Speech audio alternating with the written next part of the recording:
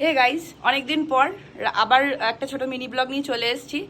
বুঝতেই পারছো, কোনো একটা রাইড শুরু হতে চলেছে, সেই জন্য আমি আবার ব্লগ করছি। অ্যান্ড এই রাইডটা অনেকটা অ্যাডভেঞ্চার রাইড হবে। আর এই রাইডটা আবার আমি সোলো করতে চলেছি। সার্ভিস সেন্টারে গাড়ি দেওয়া, সেন্টারে গিয়ে দেখাবো তোমাদেরকে কি কি চেঞ্জ করালাম গাড়ির, অ্যান্ড কত কস্টিং পড়লো, কি কি হলো, সব তোমাদের সাথে শেয়ার করব। বাইরে হচ্ছে বিশাল গরম, আর আমি ফুল প্যাকড আপ হয়ে গেছি অ্যান্ড সার্ভিস সেন্টারে যাচ্ছি।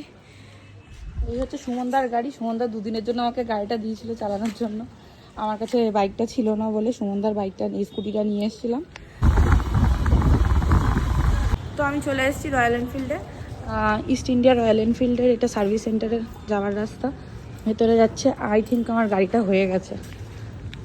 ওই যে দেখতে পাচ্ছ আমার গাড়িটা দাঁড় করানো, এখনও তার মানে কাজ কিছু বাকি আছে, ওখানে দাঁড় করে রেখেছে মানে। এই যে রাস্তা, গাড়িটা এতদিন লোকাল সার্ভিস সেন্টার থেকে সার্ভিসিং করিয়ে পুরো ভজে গেছে, ঠিক আছে। এক একটা পার্ট আমার গাড়ি চেঞ্জ করতে হবে, মানে যেইটুকুনি এখন দরকার সেইটুকুনি চেঞ্জ করে নিয়ে রাইডটা করবো। গাড়ি ওয়াশ করা হয়ে গেছে মোটামুটি, গাড়িটা আমার এখন রেডি। এই রাইডটার জন্য গাড়িটা এখন রেডি করে ফেলেছি। লাঞ্চ করে বেরোয়নি তো, এখন লাঞ্চটা করে নিচ্ছি শর্মা টি হাউসের সামনে এসে। ছোটোবেলা থেকে এই লস্যিটা খাওয়ার জন্য পাগল হয়ে যেতাম যখন এখানে আসতাম। কচুরি আর লস্যি দিয়ে লাঞ্চ করলাম, লাঞ্চ হয়ে গেছে। আর এখন আমি ওয়েট করছি, আমার একটা বন্ধু আসবে, তার সাথে ডেকাথলন যাব। তো গাইজ আমরা ডেকাথলন চলে এসেছি। আমার সাথে কে এসছে? এটা ইপসিতা। এ ভাই, মিথ্যে মিথ্যে কেন ভিডিও বানাবো? সত্যি সত্যি ভিডিও বানাচ্ছি। ওর মনে হচ্ছে আমি মিথ্যে মিথ্যে ভিডিও বানাচ্ছি।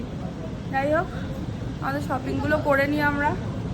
ভাবছি এই কালারের একটা ক্যাপ নেব, কেমন লাগবে বলতো? জ্বলবো না পুরো, হেভি লাগবে।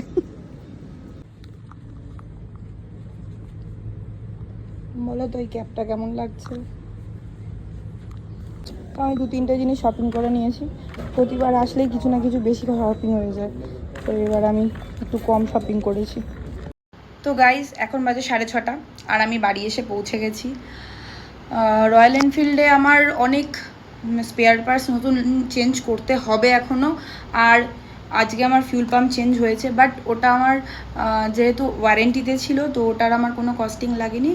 আর কত টাকা রয়্যাল এনফিল্ডে খরচা হয়েছে সেটা তোমাদেরকে দেখাচ্ছি। দেখতে পাচ্ছ গাইজ, 3755 রুপিস আমার খরচা হয়ে গেছে অলরেডি রয়্যাল এনফিল্ডে। অ্যান্ড যেগুলো নেসেসারি দরকার সেইগুলোই আমি করিয়েছি, আর যেগুলো না করালে একদমই চলবে না সেইগুলোই করানো হয়েছে। তো আজকে ভিডিওটা ভালো লেগে থাকলে অবশ্যই এটা লাইক করো, কমেন্ট করতে ভুলো না। টাটা।